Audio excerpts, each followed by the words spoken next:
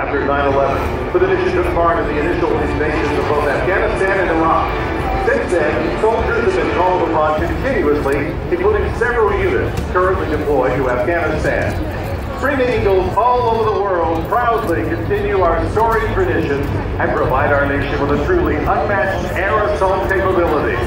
The 101st Airborne Division Air Assault provides our nation an unmatched expeditionary air assault capability to attack and destroy the enemy anywhere in the world on behalf of our nation's safety and freedom. One type of capability the 101st Airborne Division soldiers bring to the battlefield is the first row insertion extraction system, commonly referred to as BREEZE. The BREEZE system is utilized for fast insertion of a small team or squad-sized element with combat equipment when the aircraft cannot land due to defense agitation or jagged terrain surface.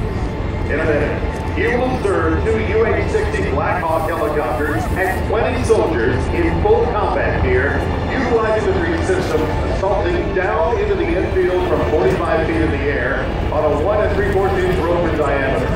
The Black Hawks can travel up to 183 miles per hour, which is a bit slower than the cars you see on the track today. But what these aircraft deliver is unmatched across the globe. Seasoned air assault soldiers. Another type of capability that the 101st Airborne Division and the soldiers bring to the battlefield is the Special Control Search and Extraction System, commonly referred to as SPY. The SPY system is utilized to extract a small team or squad-sized element with combat equipment when the aircraft cannot land due to dense vegetation or a jagged terrain surface. In a moment, you'll see 2 UH-60 Black Hawk helicopters extracting 2 squad-sized elements of combat soldiers from the infield. Once again, the first action you will observe is the aircraft commander stabilizing his aircraft over the target area. Once stabilized, the bag will be thrown into the team on the ground. The men on the ground will attach their nylon harness assembly to the rope and then signal the aircraft commander. He will then lift them straight up above treetop level, avoiding any obstacles in the immediate vicinity, and move out into the desired direction of flight.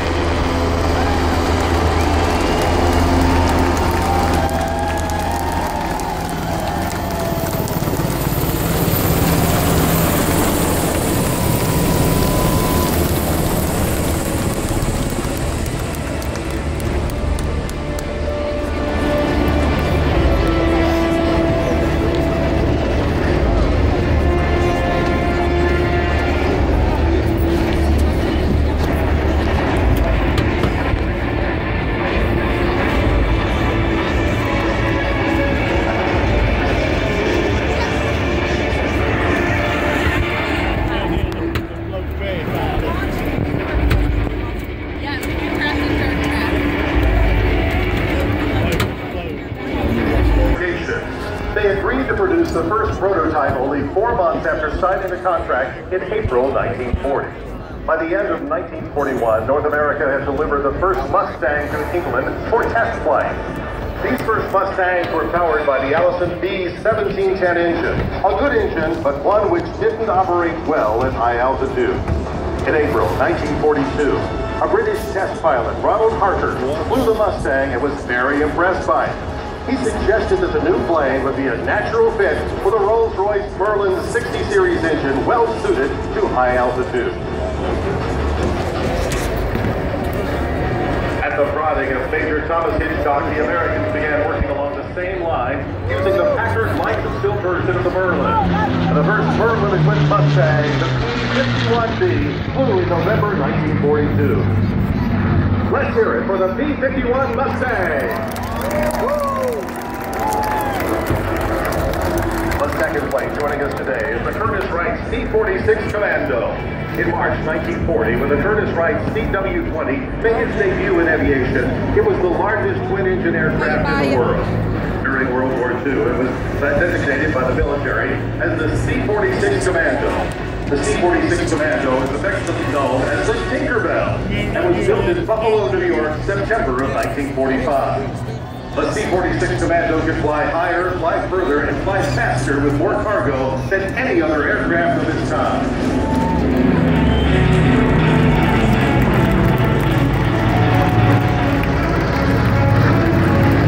Let's hear it for the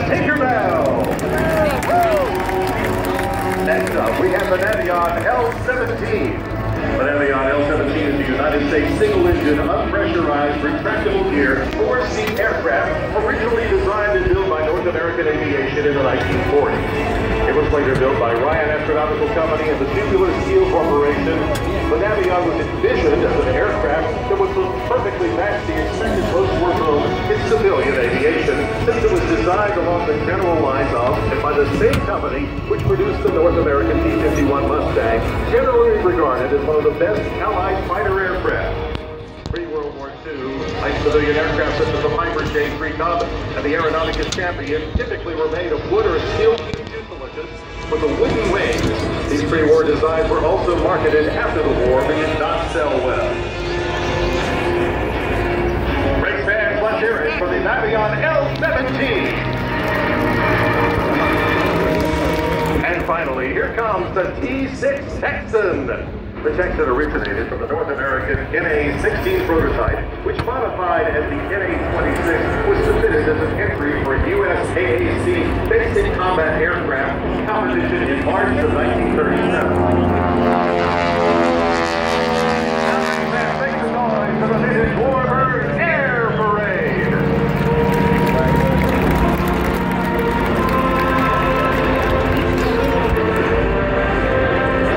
Are you ready now for the howitzers to make some noise? Please direct your attention to the far right corner of Turn 2, where our salute battery is.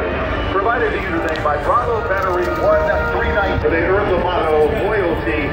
The 319 continues to support ongoing operations in Iraq and Afghanistan, making the most highly decorated field artillery organization in the United States Army.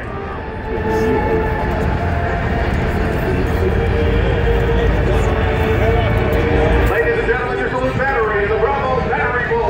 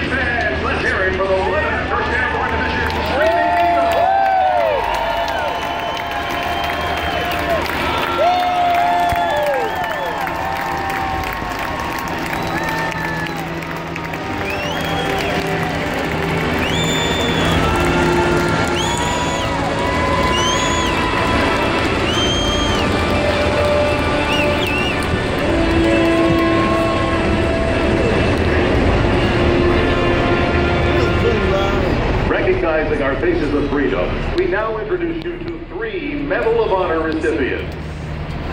To relive a unit surrounded by an enemy regiment and seeing his platoon under withering fire, he charged